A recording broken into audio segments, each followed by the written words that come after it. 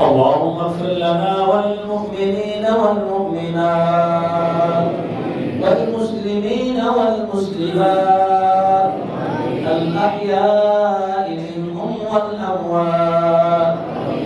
اللهم ألف بين قلوبهم وأصلح ذات بينهم وانصرهم على عدوك وعدوهم.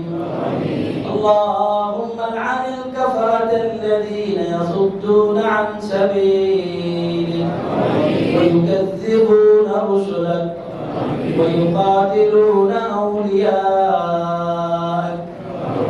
اللهم خالف بين كلمتهم وزلزل أقدامهم وأنزل بهم بأسك الذي لا ترده عن القوم المجرمين. اللهم اشدد وطأتك على اليهود الصهيونيين. اللهم اشدد وطأتك على اليهود الصهيونيين.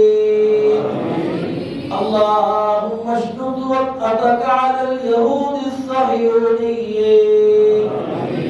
اللهم خالف بين كلمتهم وزلزل أقدامهم وأنزل بهم بأسك الذي لا ترده عن القوم المجرمين.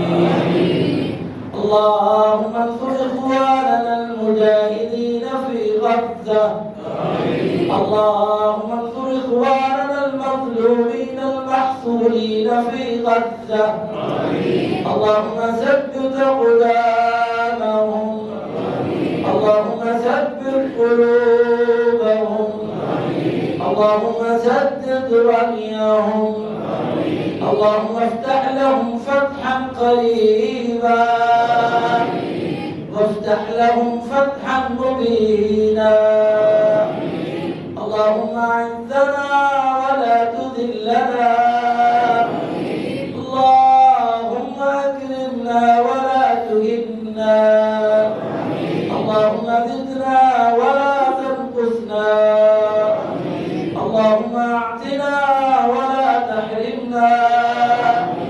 اللهم أنت القوي ونحن الضعفاء. اللهم أنت الغني ونحن الفقراء. نشكو إليك ضعف قوتنا وقلة حيلتنا وأماننا على الناس. ربنا لا تجعلنا فتنة للقوم الظالمين ونجنا برحمتك من القوم الكافرين.